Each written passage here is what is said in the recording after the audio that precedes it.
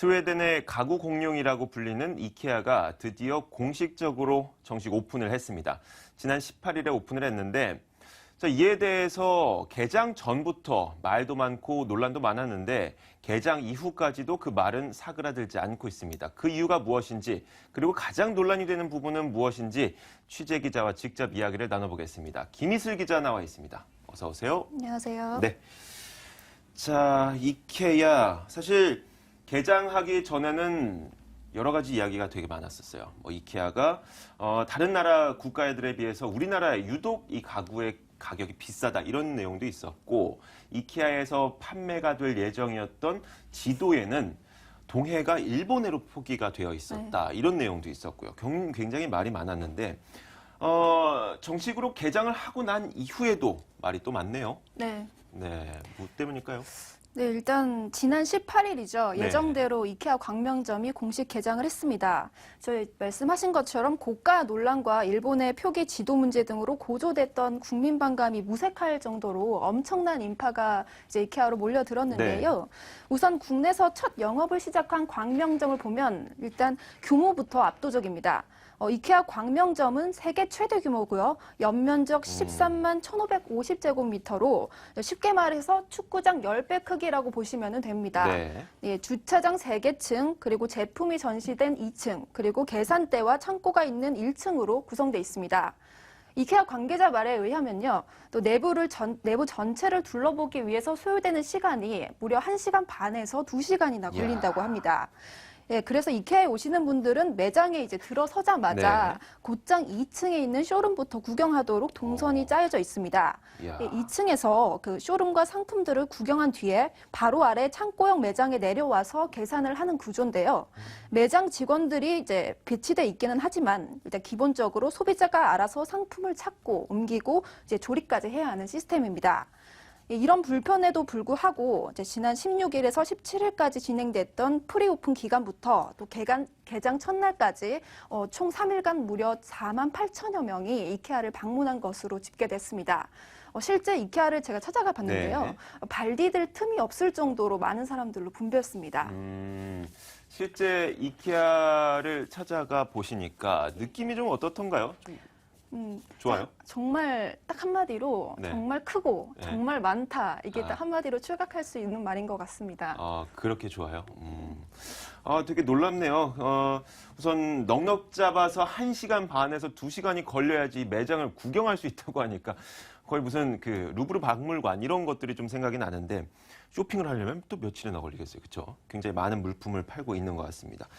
실제로 그런데 그 이케아가 개장을 하기에 앞서서 기다렸던 분들 많을 겁니다. 아마 그 주변에 사시는 분들은 이케아를 통해서 좀 집값이 올라가지 않을까라는 생각도 좀 기대감 가지고 있었을 텐데 어느 정도의 사람들이 실제로 방문하던가요? 일단은 주변에 교통 이제 마비가 된다 이런 말들이 나올 진짜요? 정도로 많은 사람들이 몰렸는데요. 사실 이케아 광명점 주변은 이제 도보로 약 10분가량 떨어져 있는 곳에 광명역이 있는데 네. 이 근처가 코스트코와 버스터미널 등이 몰려 있어서 주말마다 원래 교통 혼잡이 빚어지는 곳입니다. 그래서 여기에 공룡인 이케아까지 가세를 하면서 극심한 교통체증을 불러일으키고 있는데요. 실제 이케아 광명점 주차장으로 진입하기 위해서 단 하나뿐인 자외선 차선으로 차량이 밀려들면서 이제 금방 2km 도로 전체가 극심한 정체를 빚었습니다. 이케아에 들어가기까지 무려 40분이 걸린다는 이런 방문기가 속출하고 있습니다. 좌회전 차선. 예. 자외선이라고. 죄송합니다. 네, 좌회전 차선으로 들어가는 데면 굉장히 오래 걸리고 40분 정도가 걸려야지 방문을 할 수 있다. 굉장히 인기가 많다는 얘기에 좀 방증이기도 하네요. 예, 네. 맞습니다. 네, 기다리는 사람들도 많고. 그런데 이게 주차 시설이 혹시 넉넉하지 않아서 이런 문제가 있는 건 아닌가요? 네, 제2 롯데월드 같은 경우하고 많이들 비교를 하는데요. 네. 제2 롯데월드 같은 경우에는 이제 교통난을 많이 우려를 해서 네. 각종 규제를 가했잖아요. 네. 근데 이런 거하고 비교해 봤을 때 이케아가 상당히 대비가 되는 부분이 있습니다. 이케아의 경우에는 이렇게 많은 차량이 몰려서 교통이 혼잡하지만 현재 무료 주차 서비스까지 진행하고 있는 상황인데요. 이케아는 내부 주차장에 2,000석 가량의 주차 공간을 확보하고 있는 데다가 바로 옆에 롯데 롯데 아울렛 1,450대를 수용할 수 있고요. 그리고 길 건너 임시 주차장에 600대를 세울 수가 있습니다. 네. 규정상으로는 5시간까지 무료 주차인데 이케아 측에서는 개장 초기이기 때문에 당분간은 무료 주차 서비스를 유지한다는 방침을 세우고 있습니다. 아, 네. 이케아는 이제 개장 이후 교통 체증이 극심한데도 이제 광명시 이제 관할을 하잖아요. 네. 광명시에서는 특별한 대책을 내놓지 않고 있습니다. 광명시는 이케아 측과 무료 주차 시간을 줄이는 안에 대해서 협의할 예정이라고 했지만 단순히 논의만 거칠 뿐이지 이거를 네. 뭐 강제한다거나 명령할 수 있는 사안은 아니라는 입장을 분명히 했습니다. 방금 이제 말씀드린 것처럼 비슷한 상황을 겪은 제2롯데월드 같은 네. 경우에는요. 서울시가 주차 사전 예약제를 시행하고요. 또 굉장히 비싼 주차 요금을 물려서 이제 도로 이제 교통이 혼잡스럽지 않도록 강제하는 네. 사항을 띠고 있는데요. 현재 제2롯데월드 기본 주차 요금이 10분에 1,000원이고요. 또 3시간 이후가 지나면은 10분에 1,500원까지 오르게 됩니다. 이야. 아무리 비싼 물건을 사고 일정 네. 금액을 넘더라도 주차 요금을 깎아주거나 한다거나 이런 규정은 그렇구나. 전혀 없습니다. 네. 이러다 보니까 제2롯데월드 주차장 지금 현재 텅텅 비어 있다고 하고요. 그 롯데월드 안에 입점해 있는 롯데마트 같은 경우에 매출이 다른 점포에 비해서 턱없이 이제 떨어지는 수준입니다. 두 경우가 너무 대조적인데 서울시의 규제 명분이 이제 원래 서울 시민들의 불편을 불편한 점을 이제 감안하면 광명시는 사실상 이제 손을 놓고 있다는 비난을 면치 못하는 부분이 될 것 같습니다. 그렇구나. 그런데 이 롯데월드는 잠실역 사거리 바로 앞에 있잖아요. 거기는 워낙 교통체증이 평소에도 심한 지역이고 그렇다 보니까 제2롯데월드 때문에 그 교통체증이 더 심할 수 있다. 그렇다면은 이 제2롯데월드를 이용하지 않는 사람들까지 피해를 볼 수 있기 때문에 어떤 규제를 했던 것 같고 광명은 좀 얘기가 다른 거 아닐까요? 네, 광명 방금 이제 말씀을 드렸는데요. 네. 광명 그 점 바로 한 10분 정도 걸어가면요. 네. 광명역이 있고요. 거기 네, 이제 KTX. 코스트코 굉장히 많이 찾잖아요. 네. 거기도 있고 버스터미널까지 있다 보니까 평소에도 거기도 교통이 혼잡한 곳이라고 합니다. 그렇구나. 그렇다면은 광명시 쪽에서도 어떤 좀 교통 체증에 대한 규제책을 내놔야지 좀 합당하지 않을까라는 이야기가 나오고 있는 것 같습니다. 자, 그런데 이 이케아에 대해서 논란이 되고 있는 부분, 개장 이후 논란이 되고 있는 부분은 사실 주차장만의 문제는 아닌 것 같습니다. 그 이유가 저희 김희슬 기자의 그 리포트도 제가 몇 번을 보긴 했었는데 이런 내용이 나오더라고요. 실제로 지금 이케아에서 판매하고 있는 품목 가운데 거의 40%만이 가구고 나머지 60%죠. 나머지 60%는 뭐 식자재 그리고 뭐 다른 무슨 소모품들 그런 것들 많이 팔고 있다. 가구 전문점이라는 이름과 무색하게 너무 다른 물건들을 많이 팔고 있는데 정작 대형마트에 포함되어 있지 않기 때문에 대형마트 규제는 안 받는다. 이 문제점이라면서요. 네, 실제 이케아 가보니까요. 대형마트에서 파는 상품은 거의 다 팔고 있다고 보시면 됩니다. 네. 제가 이케아를 다녀왔는데 이제 관련 영상부터 확인하고 다시 얘기 나누겠습니다. 네. 이달 18일 영업을 시작한 이케아 광명점. 개장한 지 3일 만에 총 4만 8천 명의 방문객이 다녀갔습니다. 입구에서 처음 맞닥뜨리는 쇼룸부터 구름 인파가 몰려 한 걸음 떼기가 힘겨울 정도입니다. 아니, 종류가 많고요. 또 색상이 좀 다양하고 디자인이 좀 못 보던 게 있으니까. 내가 가구도 봤는데 괜찮은 것도 있는데 뭐 배송비, 설치비 생각하면 그건 잘 모르겠어요. 그런데 가구점 이케아를 들여다봤더니 가구가 아닌 상품들이 더 많습니다. 복잡한 동선을 따라가다 보면 펜과 공책 등 소모품을 비롯해 어린이 장난감과 장식품을 판매하는 공간이 줄지어 나타납니다. 2,000원짜리 김치볶음밥을 판매하는 레스토랑과 스웨덴 식재료를 파는 식품점도 있습니다. 실제 이케아가 판매하는 총 8,600여 개 상품 중 가구는 40%뿐이고 나머지 60%는 주방용품 등 비가구 상품이 차지하고 있습니다.